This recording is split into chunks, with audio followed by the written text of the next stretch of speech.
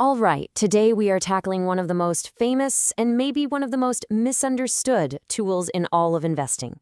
It's a simple little number that can give you a massive edge when you're trying to figure out which stocks to buy. So let's just start with the one question every single one of us asks before hitting that buy button. How do you know you're not overpaying? How can you be sure you're getting a fair price and not just, throwing your money away?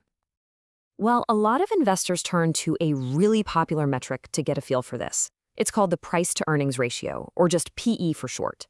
Think of it as a quick vibe check on how the market feels about a particular company. So how does this actually work? What's the math behind it?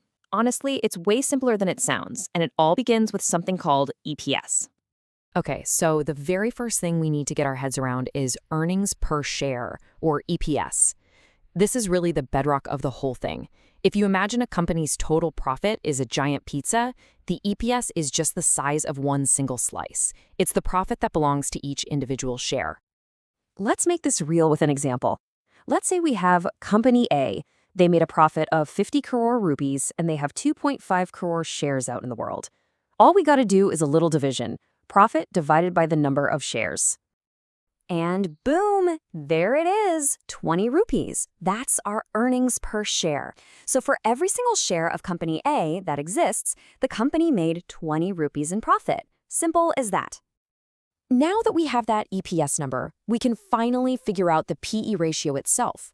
This next little calculation tells us how the stock's price on the market compares to the actual earnings it's pulling in.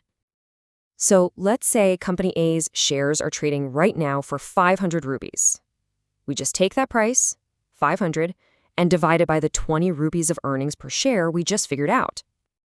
And that gives us a PE ratio of 25. Now, what does that 25 actually mean? This is the key part.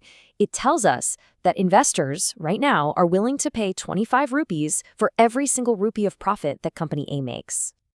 Okay, so we've got our number, 25. But now what? Is that a good thing? A bad thing? Is this a buy now signal, or is it a huge red flag telling us to run for the hills? Well, the answer, like with almost everything in investing, isn't in the number itself. A number alone is meaningless. It is all about context. So to really get that context, we need to compare Company A to its main rival, Company B. Now, just look at this. At first glance, Company B seems like a no-brainer, right? Its share price is way lower, and its PE of 10 is less than half of Company A's. It's practically screaming, "I'm a bargain, pick me." But hang on a second. If something looks too good to be true in the market, it usually is. A single snapshot like this can be super misleading. To see the real story, we need to zoom out and look at the secret ingredient, growth. So check out Company A's journey. Its PE didn't just pop up at 25. 3 years ago, it was 15, then it climbed to 20, and now it's at 25. This tells a story of consistent, healthy growth. Investors have seen this, and their confidence in the company has been growing right along with it. But now look at Company B. Yikes! Its PE has been completely flat, stuck at 10 for 3 years straight. This isn't a bargain, it's a sign of stagnation. The market isn't expecting anything exciting from this company, so it's not willing to pay any more for it. And just like that, the whole picture flips, doesn't it? Suddenly, Company A's expensive PE of 25 starts to make a lot more sense. It's the price you pay for a company that's actually going somewhere. That high PE is really a vote of confidence in its future. So, after all of that, what's the big takeaway here? What's the golden rule you need to burn into your brain when you're looking at PE ratios? Here it is. This is your mental checklist. First, and most importantly, never use the PE ratio all by itself. Always compare a company to its own past and to its direct competitors. And please remember, a high PE isn't always bad. It can mean high expectations for growth. And a low PE is definitely not always a bargain. At the end of the day, context is everything.